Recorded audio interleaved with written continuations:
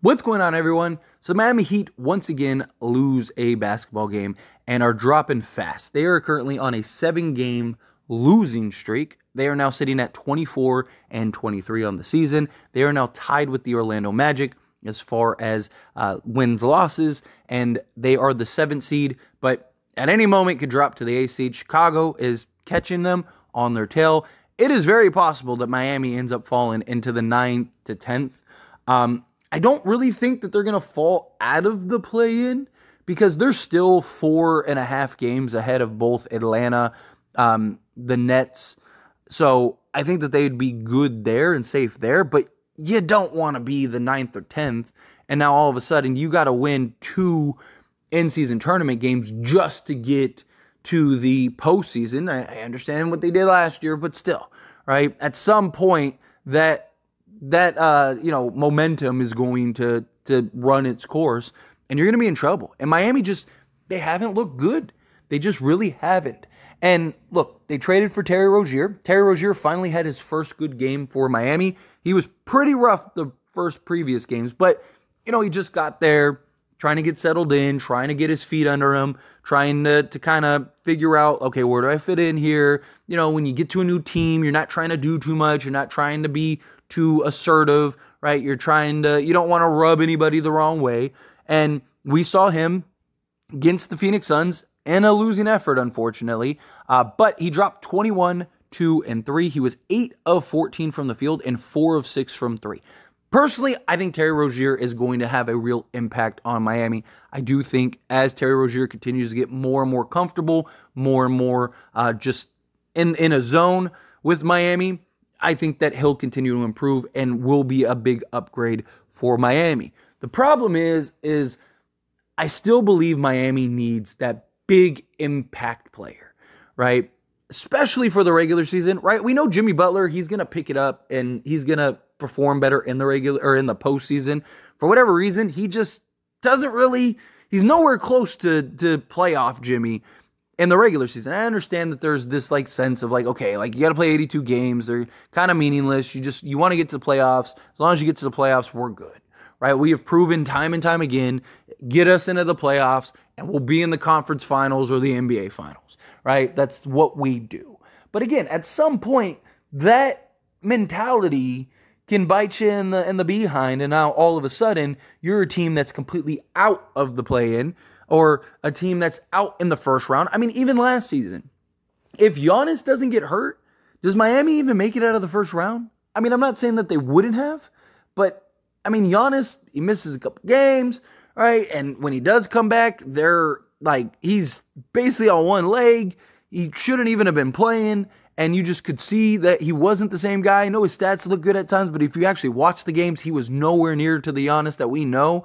And it's just the East continues to improve, continues to get better, right? The Knicks have gotten much better. They look better than they were last season. The Cavs, they have another year with Donovan Mitchell. They're missing 2 of their 3 best players and are still winning and are still doing what they need to do and are only half a game out of the 3 seed, right? The Indiana Pacers just got better, right, with Pascal Siakam, right? And it's where does Miami fall? I think that they need to go make a big push. The problem is there's not many options out there, but one that I think you could do, because Miami's limited on assets, right? They only have so much that they could give up to go get somebody. And personally, I think Miami needs to go all in. Jimmy Butler is only getting older, right? Bam, all of them, right? You don't have a team full of 24-year-olds that are your key core guys, right? You're in a state of we need to get there. And you keep getting close, but you can't get over the hump. Personally, Zach Lavine, I think, makes a lot of sense for them. They missed out on Damian Lillard. Missing out on Damian Lillard, I think, basically ruined everything for Miami because Miami got overly confident, right? They believed he was coming. He was pushing for it. There were even reports that Miami was daring Portland to go find something better, right? We dare you to go find a better offer. And guess what? They did. The Milwaukee Bucks came in and said, hey, we'll give you something better. And yes, there is maybe the possibility of going and getting a Donovan Mitchell in the offseason, but there's also the possibility of that doesn't happen. Maybe, what if the Cavs make the conference finals and Donovan Mitchell's like, I want to run it back another year, right? So now you're another year behind, right? Or Cleveland just dares him to leave or whatever. Or, he does become available, but now you're in this bidding war and you're limited on assets and there's no guarantee that you're going to be able to get him. And who's to say he even wants to go to Miami? He wants to go to a New York team, right? So if the Knicks get involved or maybe even the Brooklyn Nets, right? Well, if you're Miami, how many times do you want to keep waiting for these other superstars just to get burned, right? Now, Zach Lavine, he is a guy that there are questions and concerns about his injuries. Although last season he played 77 games. The year before that he played like 60. He's basically averaged 65 games a season every year the last 5 years. So he's a guy that the injury stuff is a little overblown. He's exactly what they need. Right? He would be an upgraded version over Terry Rozier. You'd still have Terry Rozier, and now you'd have Zach Lavine. Right? Now you got a guy who can go get some athleticism out on the perimeter. Right?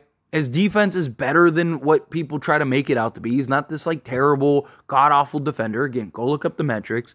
Zach Lavine is a guy that could just go get you buckets. He can hit buckets. He can close down the stretch.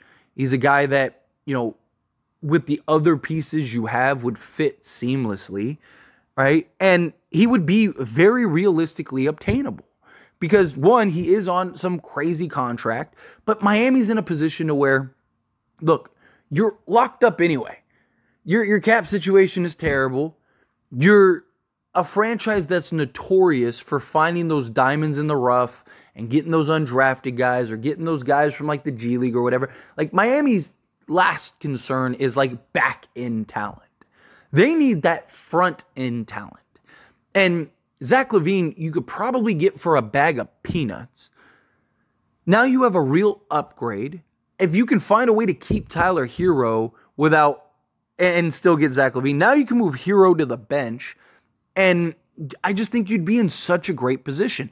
To me, I just watch Miami and I just see how they play. And how game after game, they're barely cracking 100, 105. And it's just they have all the pieces other than that just elite level scorer. Zach Lavine is one of those guys, right? He can be a little inconsistent at times, right? But also he would be in a spot where everything he's great at, Miami needs. So he could just get the keys and just have the free reign to go do whatever. Right? And then everything that he's bad at, Miami is great at. I think it's a perfect match made in heaven. The two teams that I think make the most sense for Zach Lavine are the Miami Heat and the Los Angeles Lakers. Genuinely. I think both of those teams really need a Zach Lavine. And yes, Miami again could just stick with what they got, ride this season, and then now you lose in the second round, or you lose, even if you make it to the conference finals, and you lose again, or you lose in the NBA finals. Right? Unless you win an NBA championship, you just wasted another season. Right? And now, look, I'm not saying they get Zach Lavine and now lock them in, they're an NBA champion, but I think it would give them so much more help. Imagine if they had Rozier and Zach Lavine in last year's finals. You don't think that they would have had a real chance to beat Denver? I do. I'm not saying that they would have beaten Denver, but I think that their chances would have been much higher, right? Because you would have had a guy who could go off for 30 on any given night. Terry Rozier is a guy who can also go off for 25 to 30 on any given night. You have playoff Jimmy, Bam Adebayo. I mean, imagine the starting five of Terry Rozier, Zach Lavine, then you have Bam Adebayo, Jimmy Butler, and I know that they're starting Highsmith, so I guess you could keep him in the starting unit if you want to do. So do that. Or you go with Jacquez, right, or Martin, or whomever, right? They have options, they have flexibility. But just that backcourt of Rozier and Lavine, I think would be really good. They'd be dynamic, you'd have athleticism, it would just completely revamp this team. And like I said, the biggest thing is, there are concerns with Zach Lavine, 100%. But that's why he would be so obtainable and so easy to get for the Miami Heat, right? Donovan Mitchell is not going to be easy for Miami to get. They're very limited on what they can do and what they can acquire. And if you could go get Zach Lavine and still maintain most of whatever assets you have, then that still gives you flexibility in other ways, right? You don't have to sell the farm. There's no doubt that Zach Lavine would make Miami better. There's no way you can tell me Miami is better right now than with Zach Lavine on this team, right? Even if you had to trade Hero, if you could swap Tyler Hero for Zach Lavine, like, you don't think Miami would be better? Because Zach Lavine's just, I mean, this is a guy that dropped 50 this season. Zach Lavine is a guy that, I mean, he's an elite 3-level scorer. Like, again, he didn't get $40 million a year because he's just some slam dunk contest winner, right? He didn't get $40 million a year because he's a guy that, you know, can jump really high. He got $40 million a year because he's a guy that could just go get buckets and that has high value in this league. And, you know, I see people, you know, oh, he's not a winning player. He's not this or he's not that. Like, dude, like, what teams has he been on? He was on a Minnesota Timberwolves team that was atrocious. And then he was on a Chicago Bulls team that has just not worked. And Lonzo going down, I think, really hurt them a lot too. I still don't think that they would have been a contender with Lonzo, but I think they would have been much better. They were like the 1 seed in the East at that time when Lonzo was there because he was cruising, because he was kind of the guy that put it all together, right? But Zach Lavine would just be such a good natural fit, especially next to a guy like Jimmy Butler, who Jimmy doesn't care if he scores 30. He just wants to win. He'd be totally fine locking down the best player on the other team, going and getting 13 assists a game and 10 rebounds and just doing the dirty work, doing the hustle work. Same thing with Bam Adebayo. Like, that's the beauty of a Jimmy Butler and Bam Adebayo. They're fine playing defense, doing the dirty work, doing the things that most superstars don't want to do. And that's why you can get away with going and getting guys like a Zach Lavine and a Terry Rozier. That's why you can get away with some of the things that Miami is able to get away with. And again, like, you know, people always have the concerns because Lavine's making so much money. Okay, well, what about the rotation? What about the other guy? Like, you would still be fine. And Miami, again, they've never had any issues with the back end talent, right? Like, so if you're Miami, you would be in great shape to go get a guy like this. You'd have Duncan Robinson's contract that you could use, and then take that and package other things together. There's $18.5 million or $18 million, right? Even if you did have to give up Tyler Hero, give up Tyler Hero. I mean, again, Tyler Hero is not better than Zach Lavine. And I just think Zach Lavine is a much bigger need. I think he's a guy that Miami desperately needs. And if you could find a way to go get him, and as long as you have, I mean, even if you tore it down to the studs and you basically just had, you know, Jacquez, Butler, Bam, Terry Rozier, and Zach Lavine, I think you're fine. I think you're fine. I think you're in great shape, right? Whatever other bench depth you have is the bench depth you have. You'd be fine, right? So I think that they should go and try to make a play. I think they should look to try to go and acquire Zach Lavine some way, somehow. But anyway, as always, this is a discussion, so I pass the question on to you. Let me know what you think down in the comments below. Do you agree with me? Do you think, like, yes, go get Zach Lavine? It's a big need, something that they desperately need. Do you think, no, stay away from Zach Lavine and rather just not have him and wait and see what happens, even if nothing happens?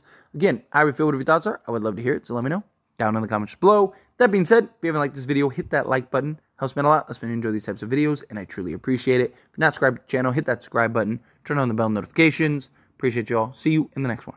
Thank you.